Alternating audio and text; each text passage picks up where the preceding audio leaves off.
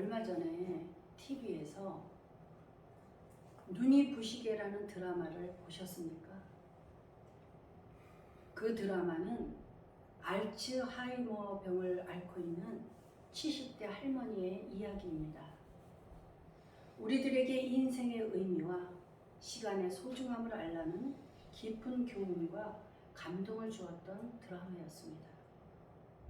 여기서 주인공 역을 맡은 김혜자 씨는 드라마 촬영에 임하면서 내 일생을 보는 것 같다라고 했습니다. 저 역시도 70대가 되고서야 인생에 관하여 할 말이 있어졌습니다. 제가 늘 젊은 사람들에게 해주고 싶었던 간절한 마음과 생각들을 이 드라마에서 너무나 잘 표현해주고 있습니다. 그 마지막 장면에서 들려주는 나레이션을 한번 들어보십시오. 내 삶은 때론 불행했고 때론 행복했습니다. 삶이 한낱 꿈에 불과하다지만 그럼에도 살아서 좋았습니다. 새벽에 쨍한 차가운 공기, 꽃이 피기 전 부는 달콤한 바람, 해질녘 우러나는 노을의 냄새, 어느 하루 눈부시지 않은 날이 없었습니다. 지금 삶이 힘든 당신, 이 세상에 태어난 이상 당신은 모든 것을 매일 누릴 자격이 있습니다. 대단하지 않은 하루가 지나고 또 별것 아닌 하루가 온다 해도 인생은 살 가치가 있습니다. 후회만 가득한 과거와 불안하기만 한 미래 때문에 지금을 망치지 마세요. 오늘을 살아가세요. 눈이 부시게 당신은 그럴 자격이 있습니다. 누군가의 엄마였고 누이였고 딸이었고 그리고 나였을 그대들에게 어떻습니까, 여러분? 조금은 가슴이 와 닿지 않습니까? 나이가 들어야만 세상의 것이 보이기 시작하고 지긋한 나이가 되어야만 사계절의 모든 자연 속에 피어나는 꽃과 나무들이 눈이 부시게 들어오는 것입니다.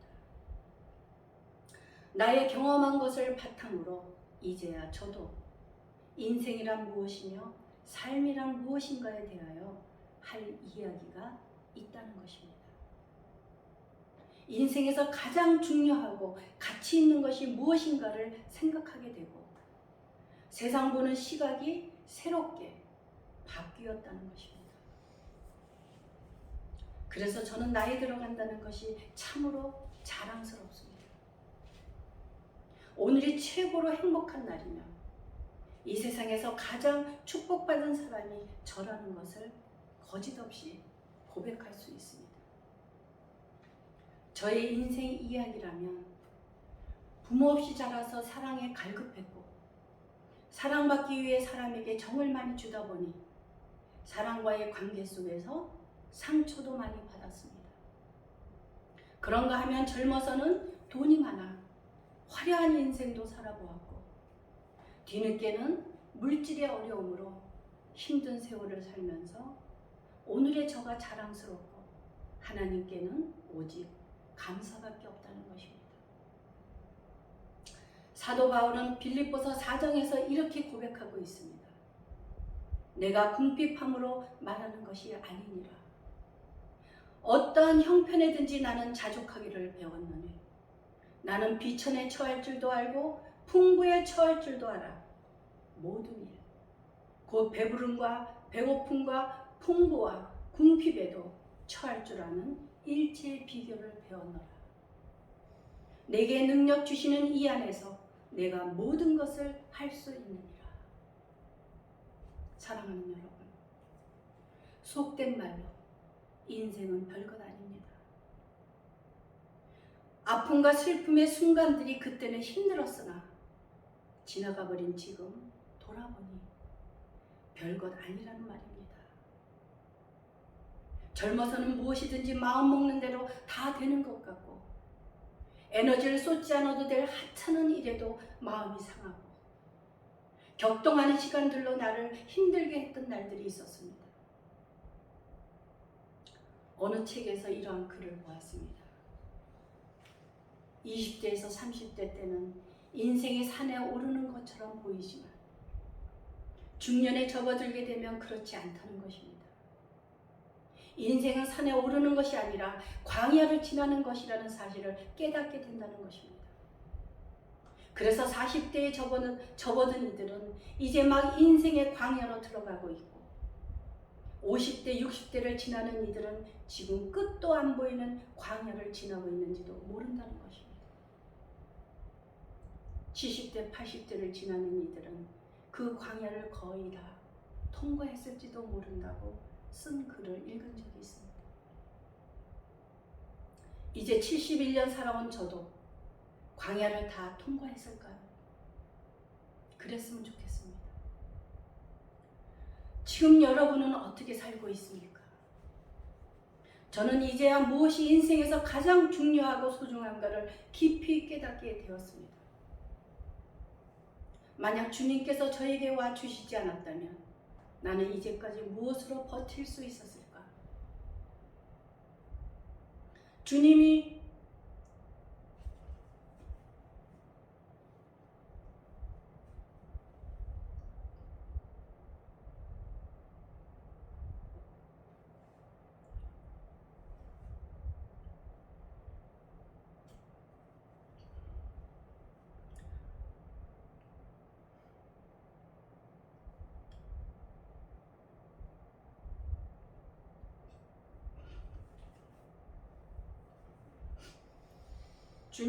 내게 와 주시지 않았다면 정신병원이나 자살로 인생을 마치지 않았을까 하는 생각을 많이 하곤 합니다. 제가 세상을 버티고 살 수 있었던 것은 내 힘과 능력이 아니라 보이지 않는 하나님께서 이끌어 주셨기에 오늘의 제가 있다는 것입니다. 이것은 저의 진실된 고백이며 하나님을 향하여 구원의 감격으로 감사를 드리는 것입니다. 사랑하는 여러분, 허탄한 것에 목매지 말고 현실이 어렵다고 절망 속에서만 있지 말고 인생에서 가치 있는 것이 무엇인지를 깊이 생각해 보십시오. 우리의 현실이 답답하고 사방이 막혔을지라도 포기하지 말고 우리의 손을 잡고 계신 그분의 손을 꼭 붙잡으려는 것입니다. 그러면 주님께서 그분의 방법으로 우리들의 길을 열어주신다는 것입니다. 제가 살면서 가장 안타까운 것은 삶을 포기하는 사람들을 볼 때입니다. 죽음을 선택할 때는 얼마나 고통스러우면 그럴까 이해는 합니다만 죽고 나면 기회가 없어진다는 것입니다. 그래서 C.S. 루이스는 죽기 전에 죽으라, 죽고 나면 기회가 없다라고 말했습니다.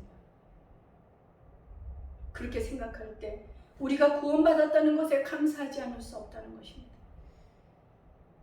여러분은 구원이 무엇이라고 생각하십니까? 신학 박사이신 김세은 교수님은 구원이란 무엇인가? 라는 책에서 구원에 관하여 이렇게 정의합니다. 구원이란 포괄적인 개념으로 모든 악과 고난에서 해방되는 것을 의미하는 것으로 사람은 스스로를 구원할 수 없다는 것입니다. 누군가 구원에 관하여 아주 좋은 비유를 들어주셨습니다. 사람이 깊은 물에 빠져 허우적거리며 죽게 될 때 누군가가 끄집어내주지 않으면 나올 수 없는 것과 같이 구원도 그렇다는 것입니다. 김세은 교수님은 사람이 구원을 받아야 할 이유에 대하여 이렇게 쓰고 있습니다. 만일 인간이 스스로의 자원으로 생명과 행복을 추구하고 영위할 수 있다면 구원받아야 할 이유가 없다는 것입니다. 그러나 인간에게는 자원이 제한되어 있기 때문에 악과 고난이 발생할 때 그 악과 고난으로부터 해방되어야 하기 때문에 구원받아야 할 이유가 있다는 것입니다. 그러한 이유로 우리의 제한된 자원으로 일어나는 악과 고난을 우리가 해결할 수 있다고 한다면 그것은 논리적으로 모순이라고 말하는 것입니다. 여러 종교들이 스스로의 종교심을 발휘하거나 수양을 잘하면 혹은 선한 행위를 많이 하고 업적을 쌓으면 구원의 문제를 해결할 수 있다고 주장하고 가르칩니다. 또한 인간의 힘으로 유토피아를 건설할 수 있다고 주장하는 것은 모순이고 환상이라고 말하고 있는 것입니다. 그래서 사람이 구원받아야 할 이유에 대하여 이렇게 결론을 냈습니다. 복음은 바로 이러한 제한된 자원 속에서 죽어가는 인간들에게 하나님께서 우리 밖에서 우리를 위하여 오셔서 구원을 이루셨다는 기쁜 소식이라는 것입니다. 그 구원의 사건이 바로 예수 그리스도 안에서 일어났다고 하는 것입니다. 사랑하는 여러분, 우리는 구원을 받았다는 것에 늘 감격하고 감사해야 합니다. 우리를 어려움 속에서도 버틸 수 있도록 해주는 것은 바로 우리가 구원받은 자라는 것입니다. 이 험하고 힘든 세상에서 우리를 붙들어주는 힘이 구원에 있다는 것을 생각할 때 우리는 구원의 감격을 잊어서는 안 되는 것입니다. 답답하고 어려운 순간마다 우리를 위하여 십자가에 달리신 주님을 기억하십시오. 주님은 반드시 주님의 방법으로 우리에게 길을 보여주시고 길을 열어주신다는 것을 잊어서는 안 되는 것입니다. 제가 이렇게 구원에 관하여 장황하게 설명하는 것은 오늘 본문 말씀 시편 30편이 구원에 대한 감사의 기도이기 때문입니다.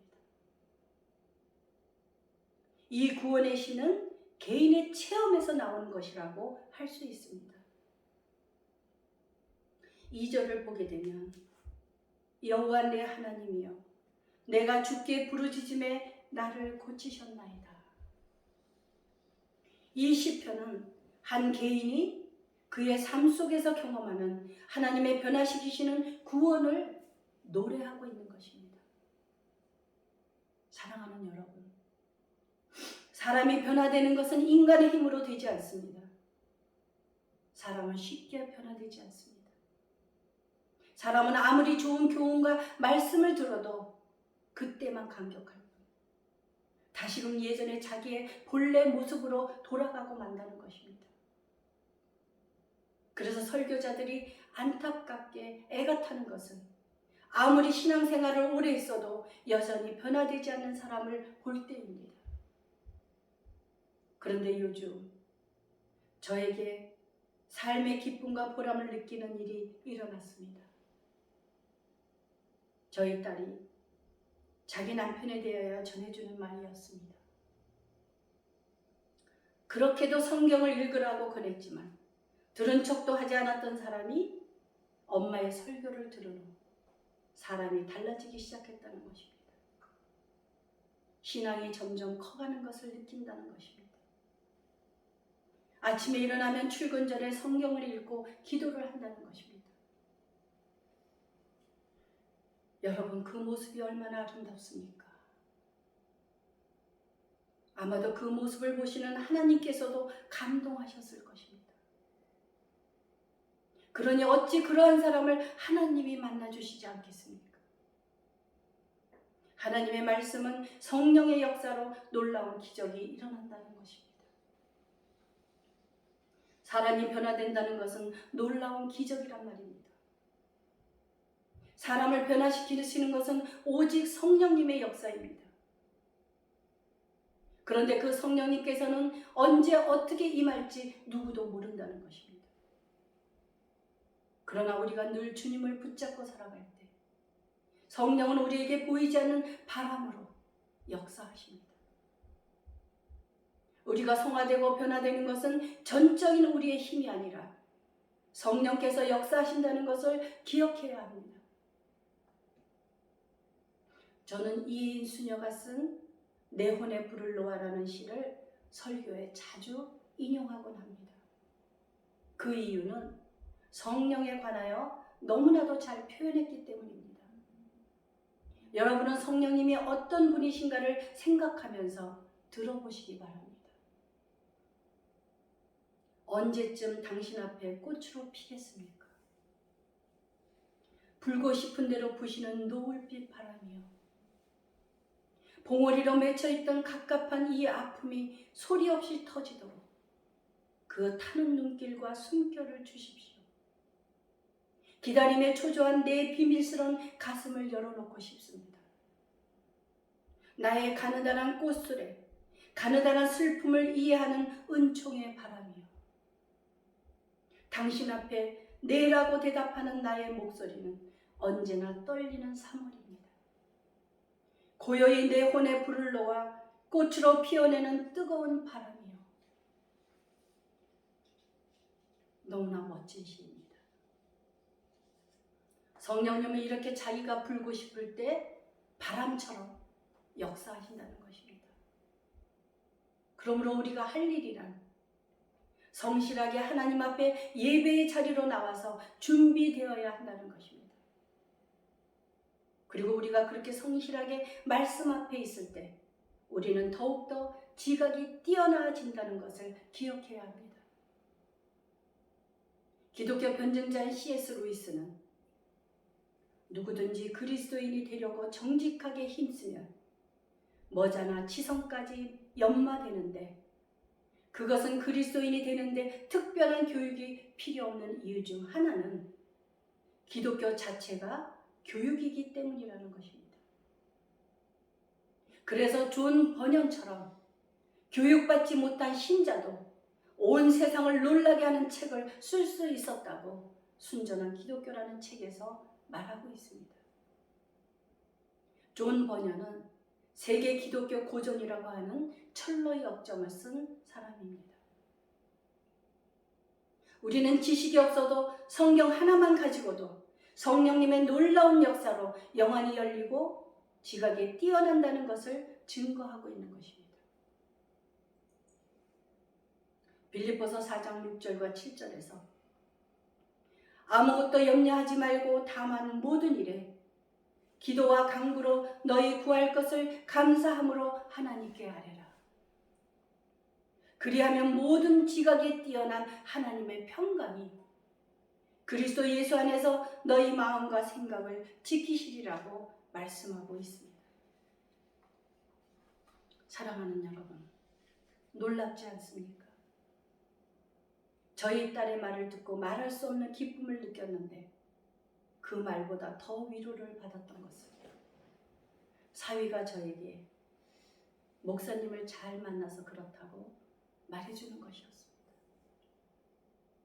이보다 더 좋을 수는 없는 것입니다.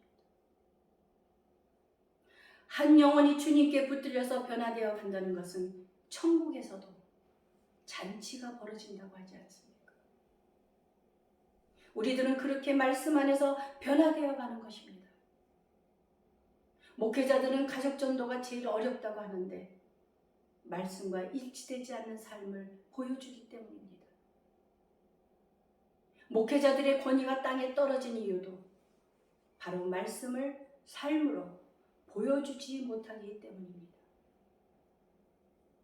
우리 그리스도인들은 거리에 나가서 소리치며 전도하기 전에 삶의 현장에서 그리스도의 삶을 보여줘야 된다는 것입니다.